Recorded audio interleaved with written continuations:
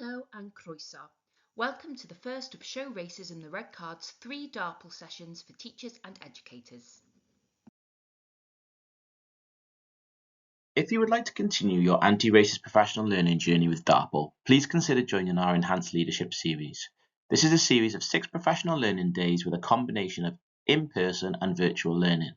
We run 2 cohorts each academic year, with cohorts in North and South Wales each time. To register, please click the link on the slide or visit the DARPL website for more information. If you would like continued support and guidance for your learning organisation, please consider joining the DARPL Advocacy Network. Each associated learning organisation is able to request bespoke professional learning which can be linked to their school improvement or development plans to support them to become anti-racist learning organisations. For more information on becoming a DAN school, please click the link and complete the inquiry form. First, a little bit about Show Racism the Red Card. Show Racism the Red Card is the UK's biggest anti-racism education charity. We use sports stars and other role models as a tool of engagement to bring children, young people and adults alike into conversations about race and racism with the aim of empowering people to be anti-racist in their own spaces. Our work includes direct anti-racism sessions with children and young people. These range from short-term, one-off education sessions to years-long pupil ambassador work, such as through our Leaders of Now programme. Our adult work is similarly diverse and takes place both in person and online, covering a range of topics from definitions of racism and anti-racism, self-reflection, terminology, resources, recognising and responding to racism, and action planning. We also offer an auditing service. Show Racism the Red Card runs a host of awareness-raising initiatives, including our schools competition, Wear Red Day in October, Month of Action, and community iftars. Alongside this, we produce educational resources such as teacher packs linked to big events like the World Cup, Euros, Six Nations, and Olympics and Paralympics. Finally, we produce research, including our most recent A Work in Progress report, which we use to lobby for change in Wales. For more information on any of these things, please visit Show Racism the Red Card's website, theredcard.org. In today's session, we'll understand what we really mean when talking about racism and anti-racism, build awareness of the statutory duties that educators and education settings must uphold, and begin to reflect on ourselves and our own practice. Whilst many of you may be working through the content alone, we are aware that some settings may choose to do this as a larger group. If this is the case, please take into account these 3 ground rules. Firstly, responsible communication. Consider what you are saying before you speak. Remember, words have power, and so consider the impact these may have on your fellow participants before you speak. Secondly, openness, honesty, and confidentiality. Whether you are alone or in a group, openness to learning and honesty, even if that is just with yourself, is vital to effectively taking on board received learning. If you are in a group setting, please respect confidentiality and please do not share anything anyone else has said unless they give you permission or unless it is a safeguarding issue. Finally, bravery. Being brave can take many forms. If you have lived experience of racism, some of the topics covered may be triggering or bring up unexpected memories or thoughts. Bravery here may take the form of being kind to yourself, taking breaks and breathers as appropriate, and undertaking activities that make you feel safe, for example, talking to people you trust. For everyone, bravery may also take the form of following up the session with questions for Show Racism the Red Card, or recognising that you may not have got it right in the past and accepting and changing that. Take some time to visualise the letter A. If you don't visualise, you may want to write this down. Consider, is it a capital or lowercase? Handwritten or typed? What colour is it? What size? Your letter A will be personal to you. Whilst we all know what we mean by the letter A, how we think about it is different based on our own way of seeing the world, our own norms, our own experiences, and so forth. There may be content in these courses that does not fit exactly with how you see the world. That's okay. We're not asking you to agree with everything we say, but we are asking you to consider and radically evaluate how this sits with you and why. Take some time to pause and consider your name. Go through the questions on the screen. If you're in a group, you may choose to discuss some of your responses. Many of our names will have personal stories behind them, perhaps links to family members or religion. It's important to acknowledge the power of names. A man named Baljinder told us how he had been known as Billy all his life, as when his mother had taken him into primary school for the first time, the teacher had said his name was too hard to say and they'd call him Billy instead. It is only in adulthood that he has considered reclaiming his name and the accompanying links to his heritage that have perhaps been denied for so long. If you're struggling to say someone's name, ask them to share it phonetically or Google pronunciation and practice. Names should be the starting point of respect. To begin the session, let's consider this key question. Is racism still a problem? If you're in a group, you may want to pause and discuss. If you're alone, consider what racism looks like. What forms does it take? Where do we see it?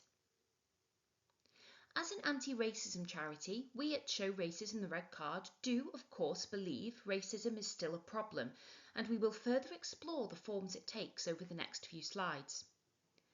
On the following slide, there is a video of Ian Wright discussing his experiences of racism with his friend Alan Shearer. As you're watching, consider if anything stands out, if anything surprises you. Please note that Wright reads out a message he receives. The racist language is bleeped out, but it is fairly obvious what is being said and may be triggering.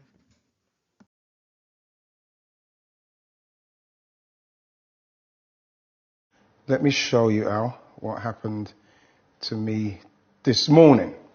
This morning? This morning. It's a daily thing. This is today. That came today. Now people say, why don't you report this and why don't you report that? I had to report the last one, Al, simply because it was horrific. This one isn't too dissimilar. And this is a daily thing? This is Al. You can wake up. I wouldn't even read it out. Let me read it out, Al. Right? I don't know who the person is, but it says, yo, you black. You were never this good. Why are you an icon, you black figure? I'm a puller, like how all black people get. They don't matter. BLDM, Black Lives Don't Matter. Now, the thing with that, Al, is, like I say, it's a regular occurrence simply because there is no consequence to some of these people's action. They go to court, and like I say, this guy in Ireland, this judge, let him off because it was a first offence. He comes from a decent family. I was getting teased by people saying, Serge, you're right, you want to try to put a kid away. You know, see what happened. Nothing happened. And again, with this, what am I going to do? Have you reported that? No. Why? I've not reported that, Al. I'd like to say, what's the point? I'm going to try and chase this guy down. Then what's going to go through the courts? Yeah, again. Until the powers that be do something to stop that. This guy, there's no consequence for him. He's going about his business now. We're talking about him. He doesn't even know he's done that. Probably get another one tomorrow or next week simply because I've not responded. But what do you do? What do you do? So the outcome of the court case, what would have been the ideal scenario for you? Like I say, I'm not saying I want. No, I know you don't want him to go to prison some community service, some education on racism. Education, you know what I mean? That's what you want. And people say, education. People should know better, and their parents should know better. They don't, and they don't know better. But that's all you want. So as then, this guy who's done this today, why should he not do that in his mind? Because he's feeling there's no consequences. When you see that. You've seen what that guy said to me. What do you think of that, Al? You see that? I mean, I see social media. It's happening more and more on social media. I mean, no way ever would anyone ever come up to you in the street and say that. I mean, that language is, I mean, it's disgusting. The thing about it is, Al, it makes you feel very dehumanized. You feel like nothing. There's nothing you can do. You're helpless. If we consider the previous video, there are some key points to note. Firstly, the proliferation of racism in online spaces. If we consider this in the context of our pupils, they may be influenced or impacted by racism online, even if not directly aimed at them. Additionally, bullying is heightened when there is no escape at home. Secondly, this video is very important in showing us the human cost of racism. Ian Wright is a man of privilege and power. He has money, status and voice. Yet it is clear to see just how dragged down and broken he is by this abuse. Again, if we consider this in the context of our children and young people, how much more difficult might it be to share their experiences or resultant trauma? Next, we must consider reporting. Ian Wright highlights the systemic racism in the justice system. He comes from a good family, and the perception that nothing ever gets done. Again, this is something echoed by pupils. I told my teacher and they didn't do anything about it. Sometimes this is true. Sometimes the educator has not effectively communicated when action has been taken, so pupil perception is that it hasn't been taken seriously, making them less likely to report in future. Ian Wright also focuses on the power of education. Are our responses simply punitive, or are we giving pupils the skills and knowledge to be anti-racist moving forward? Finally, it is interesting to consider Alan Shearer's response. Despite the fact that he is fully supportive of his friend, he comments, "No way ever would anyone come up to you in the street and say that." Well, actually they would, but because this is not Shearer's experience, he doesn't see it. We'll explore this in more depth later in the session. For now, let's consider what forms racism might take. There is the interpersonal racism between individuals, as was discussed by Wright, and as was experienced by Rashford, Saka and Sancho at the Euros final, something young people still bring up with the show Racism the Red Card team years later. But also there are structures and systems in place, as illustrated by the image in the top centre. If we take Fitbit for example, when Fitbit was first developed, it became apparent that it was less effective on brown and black skin tones. The darker your skin tone, the more melanin you have in your skin. In 2019, Fitbit was using green light technology. Green light is blocked by melanin, so readings for people with darker skin tones were less accurate. There was never an intention to create a racist product, but the steps that got Fitbit there must be considered. Whose needs were taken into account? Who was the product tested on? Who was developing the technology? What were their experiences? Who had a seat at the table and a voice to influence? Not having a diversity of voices can have significant impact. Next, let's consider ballet shoes. Point shoes were not available in black or brown skin tones on the mass market in the UK until 2020, after Brianna Bell, a black Texan ballet dancer, launched a petition. Prior to this, black ballet dancers were having to pancake their ballet shoes in makeup to match their skin tones, costing extra time and money. In terms of the message this sends, for many young dancers they may think that ballet is not a place for them, and therefore may be driven away from it, leading to a lack of role models and impacting future generations also. It's important to consider what representation looks like in your classroom. Whose needs are taken into account? Finally, let's consider the case of Child Q. Child Q was a black 15-year-old girl who, whilst attending a mock exam, was accused by her teachers of carrying cannabis. Her bag and coat was searched and nothing was found. The teachers were unhappy with this and so contacted the school's police liaison officer, who was unable to attend and advised that if they had a serious concern to call the Met Police. The Met Police sent 4 officers in total. The girl was taken out of her mock exam and strip searched whilst on her period. Her mother was not called. Police did not find any drugs on her, and the school sent her back into her exam. The girl came out of the exam and called her mum to explain what happened. She was significantly traumatised by the event. A safeguarding review into the incident found that racism was a factor in the way that the girl was treated. She was not safeguarded, but criminalised, treated as an adult whilst still a child, a trend that is common with young black girls. As a result of the Child Q case, it is Show Racism the Red Card's recommendation to Welsh Government that in the section that covers searches in the upcoming anti-bullying guidance, parents are notified in advance and the school keeps clear records on who is searched and why, identifying any patterns by ethnicity or other protected characteristics. As can be seen, sometimes racism is overt and obvious. Sometimes it comes in the norms we receive and the behaviours or attitudes we don't challenge. Before we go any further, we must define racism. Whilst there is no perfect definition due to the different ways racism can manifest and impact individuals and groups of people, this is a definition as created by a diverse group of staff at Show Racism the Red Card.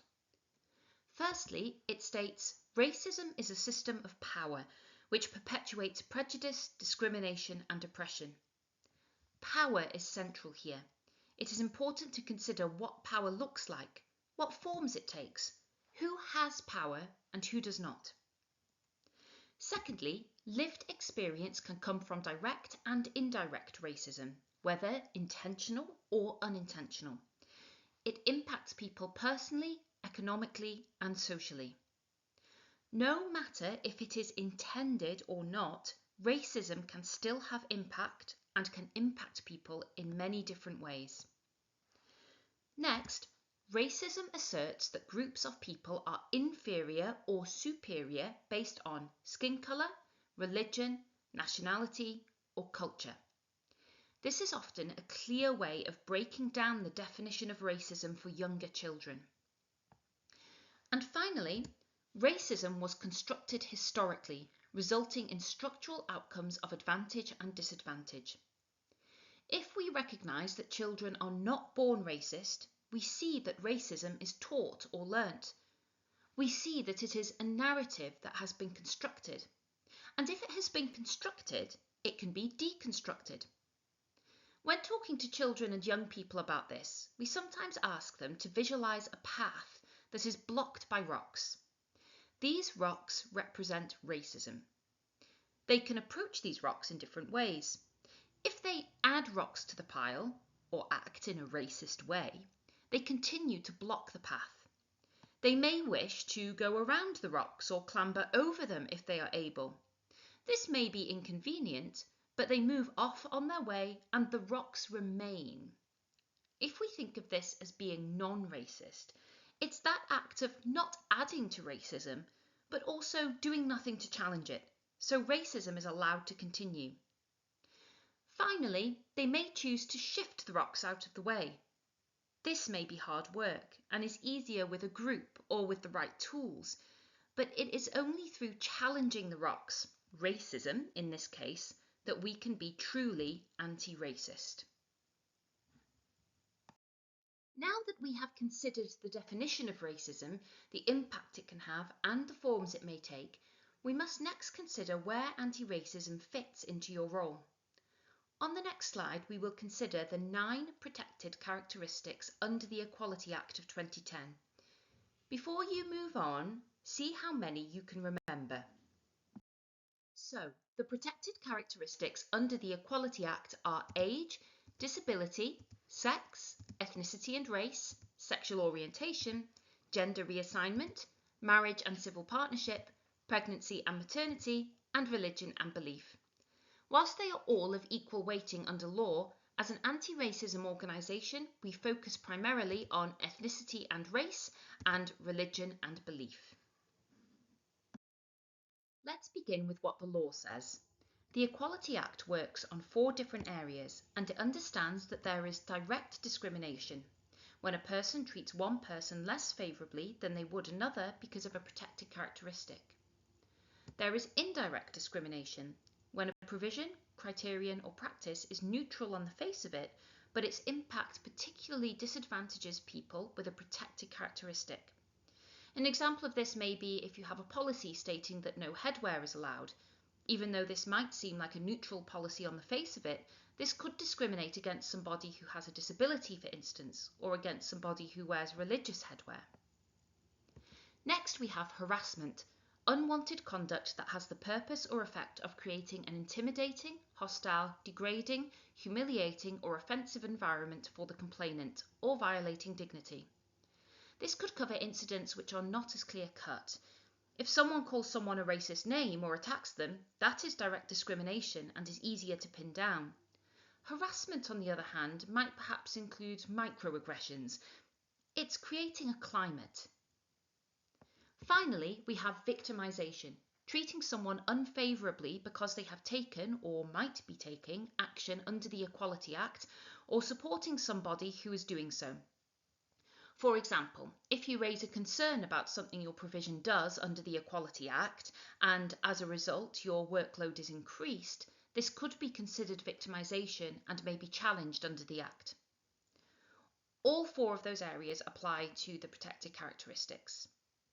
Additionally, perception and association are covered under the Act. If you are discriminated against because you are perceived to have one of the protected characteristics, this would be covered.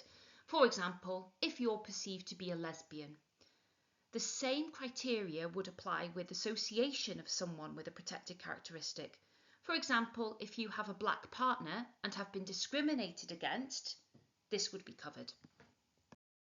As part of your role, you have a public sector equality duty to eliminate discrimination, harassment, victimisation, and any other conduct that is prohibited by or under the Act. In practice, that means tackling discrimination, ensuring there's no bullying in school, and responding effectively to any racist incidents. Advance equality of opportunity between persons who share a relevant protected characteristic and persons who do not share it. That could be active monitoring to ensure there is equality of opportunity in your setting depending on your role. Foster good relations between persons who share a relevant protected characteristic and persons who do not share it. This is where your anti-racism education comes in, how this is promoted and ensuring these values are reflected in how you engage with pupils, families and anyone who enters the school. Let's pause here for a moment to consider the word race. Race is a contested and complex term. Although the Equality Act uses this language, it's important to understand what we mean by it. When we talk about race, we're referring to an artificially constructed concept, created to embed difference and to justify the unequal treatment of people, often based on skin colour.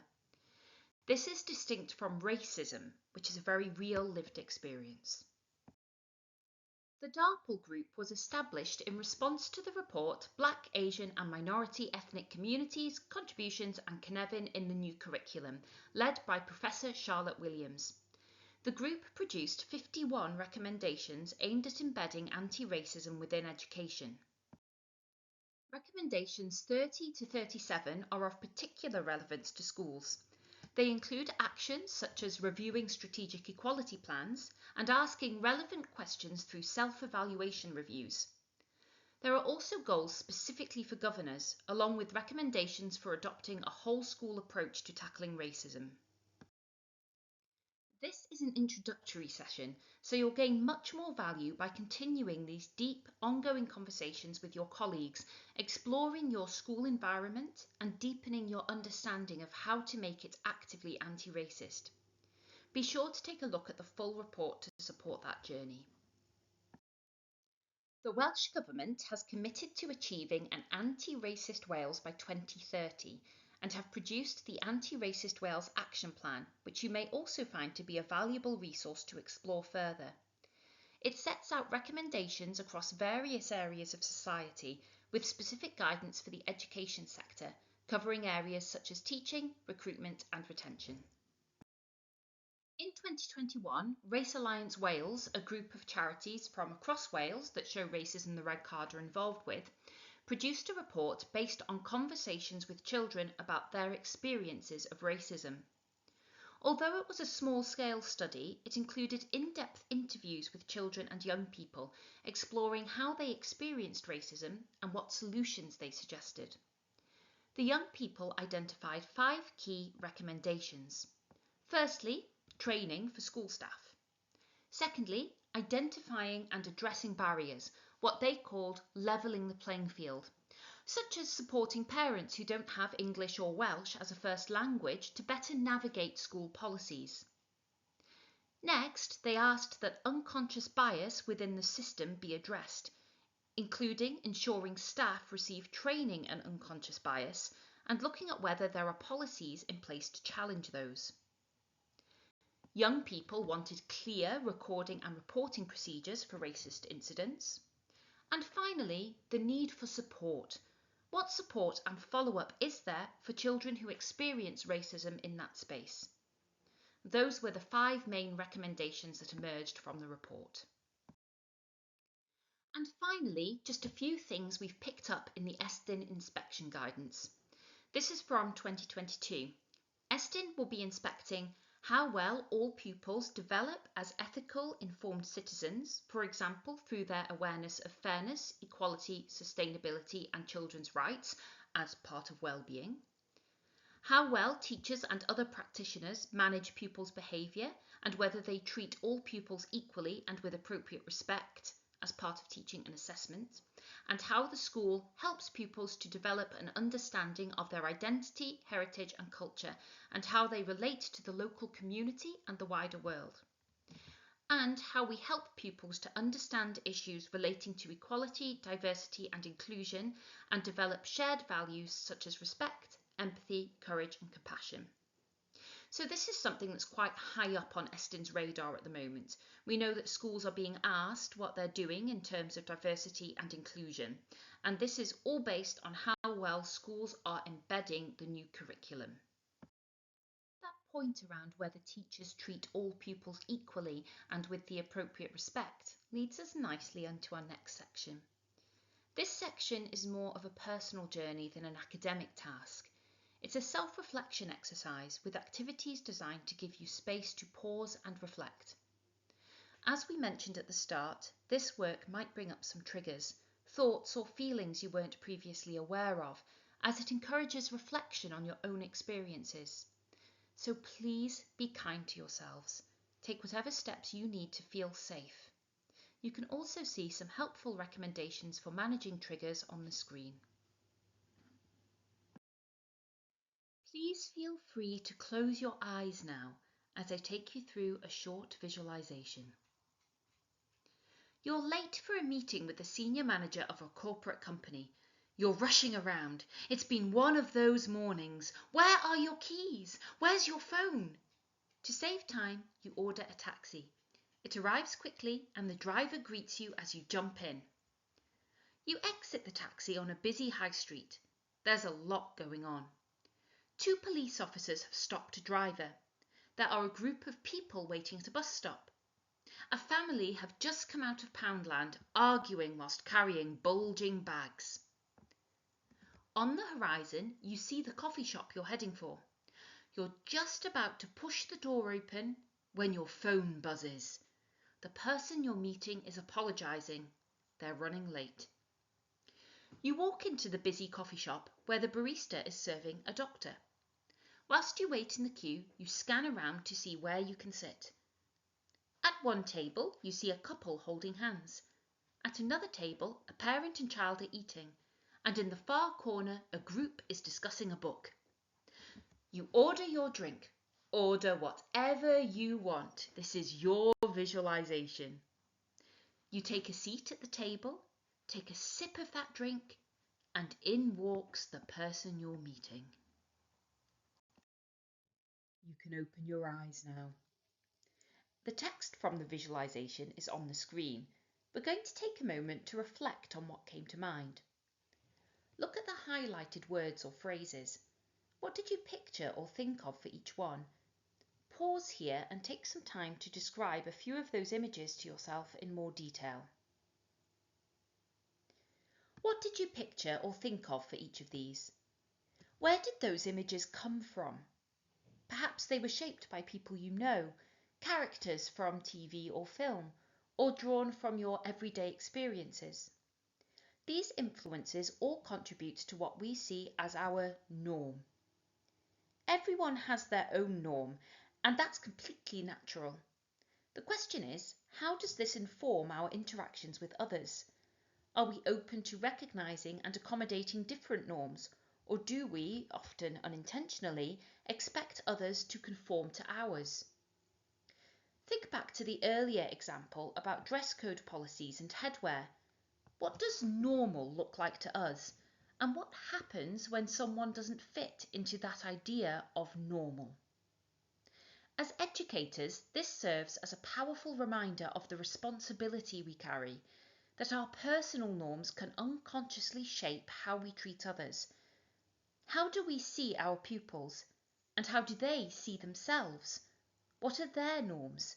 How might they identify, and which aspects of their identity do we recognise or place upon them? We're going to look at identity in a little more depth. To start, let's take a moment to reflect on our own identities. Begin by considering how you would finish the sentence I am. I am what? Feel free to pause the session here if you'd like some thinking time. We'll all answer that differently. For many of us, our I am statements reflect personal traits or characteristics. For some of us, we may have looked elsewhere, such as to our nationalities, depending on what our values are and what we consider most important.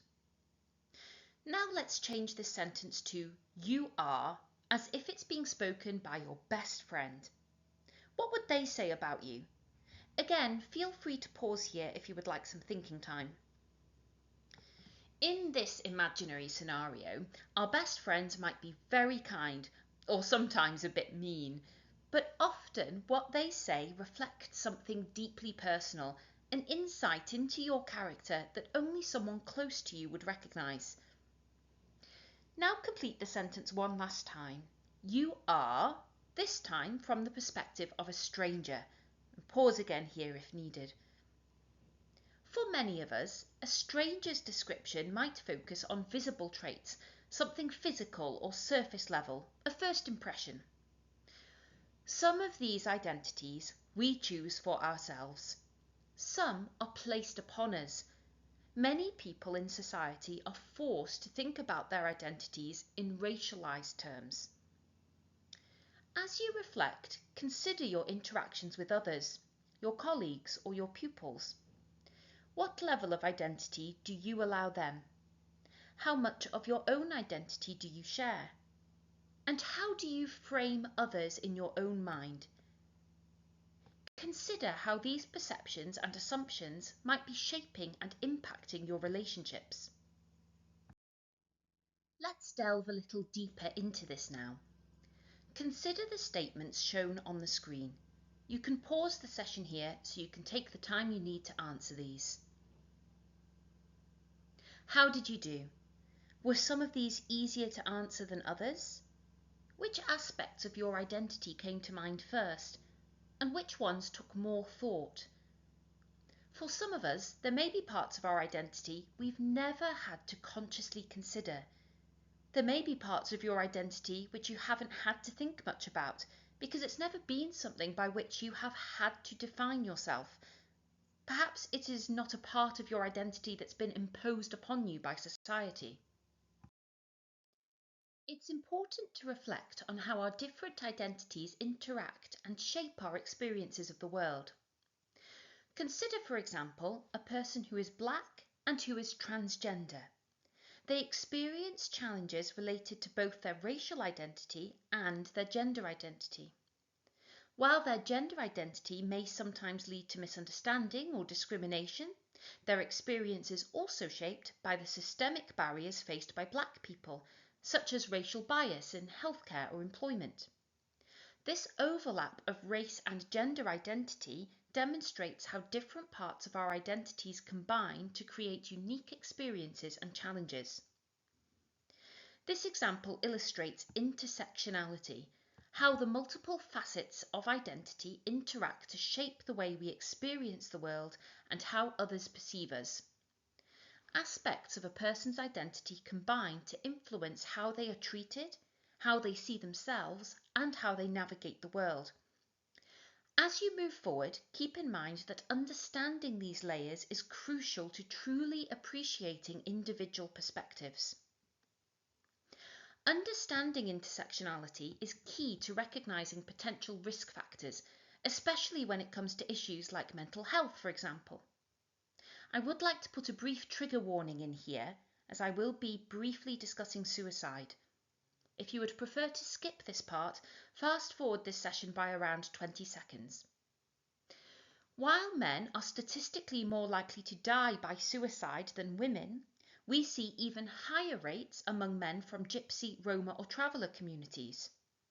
That risk increases further for men in those communities who identify as gay, and even more so for those who are also transgender.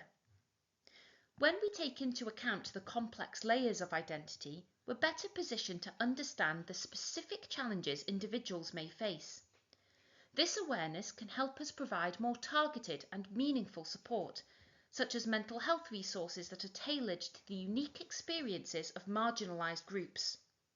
So, while we are not simply a collection of identities, it's important to be aware of them because of how identities can influence our experience of the world. Some people might say, "I don't see colour."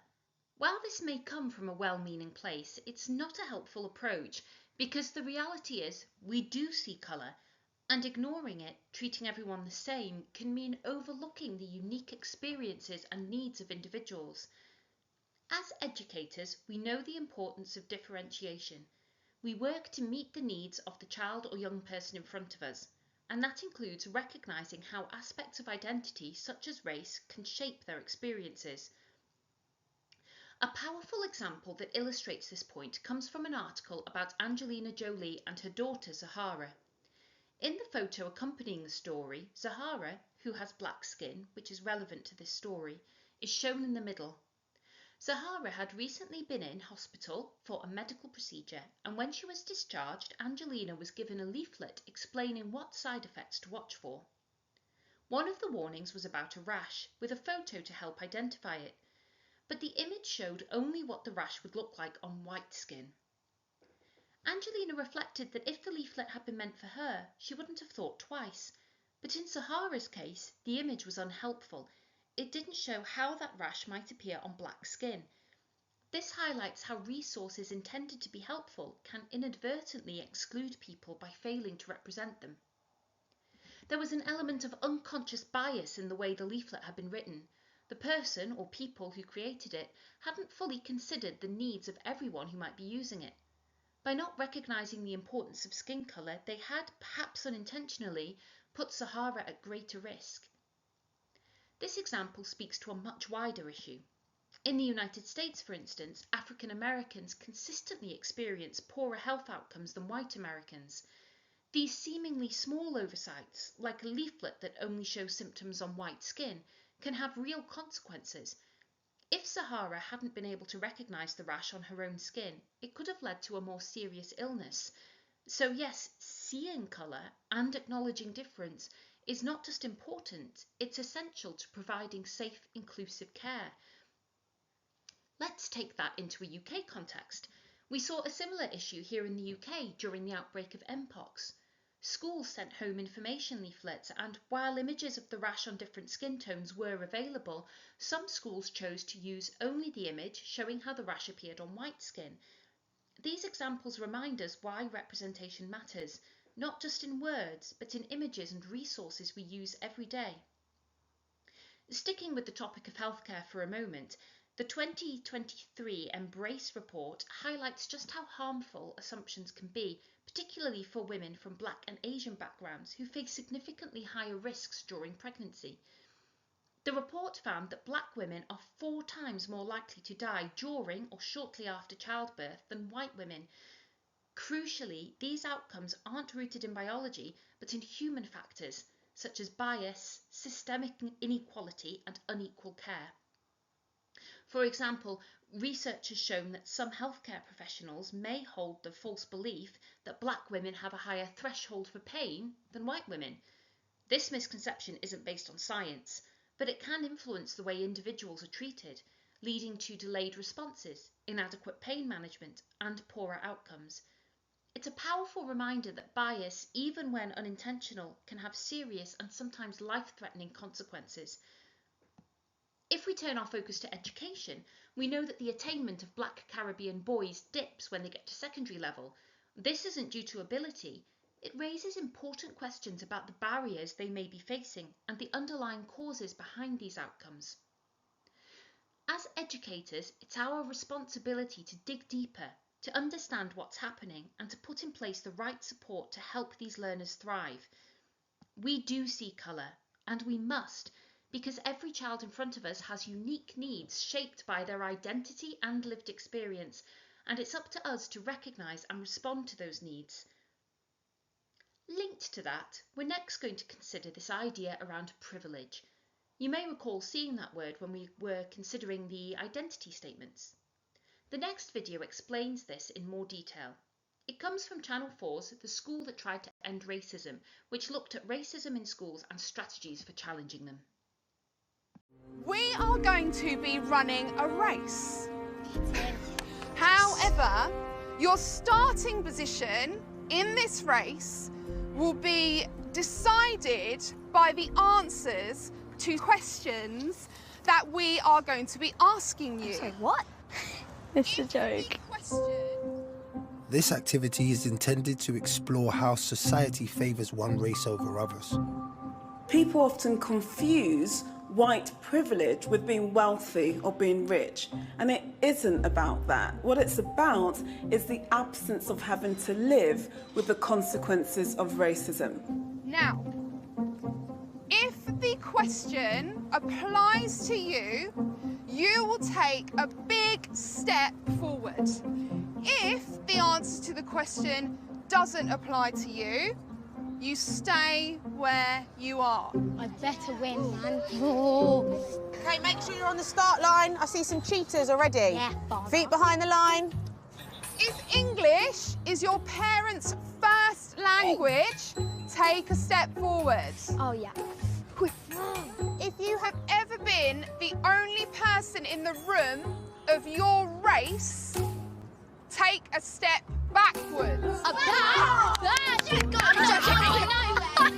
God's sake! If you've never been asked where you come from, take a step forward. If you have never had to be worried about your family being stopped and searched, take a step forward. I don't get worried about if people ask me to stop and search. The divide widens, and the inequality of their position becomes clear. This is just like not fair now. Farah, none of us are white. None of us are white. It's unfair. The last question. If your parents have ever warned you about racism, take a step backwards. If we were about to start a race, is this a fair starting point for us all? No. Mackay, how do you feel standing there in the field of runners? I kind of feel a bit alone. I can't really see. I'm literally just by myself, more or less. I'm just a bit frustrated and annoyed that society nowadays really isn't fair. And I just wish everybody could be equal. Farah! It's kind of frustrating that, like, me and Sarah are just standing at the back here while the majority of people who may be white are, like, standing right at the front. That just frustrates me a bit, because it's almost as in what society is today. I don't want this to be how it is, but it is, so it just gets a bit frustrating. Henry, how are you feeling being right at the very front? It feels quite weird because if you think about it, I think all of us should be at the same point, but sadly the questions, the ways that they were put didn't favour some people, which I think is quite unfair. On your marks, get set, go!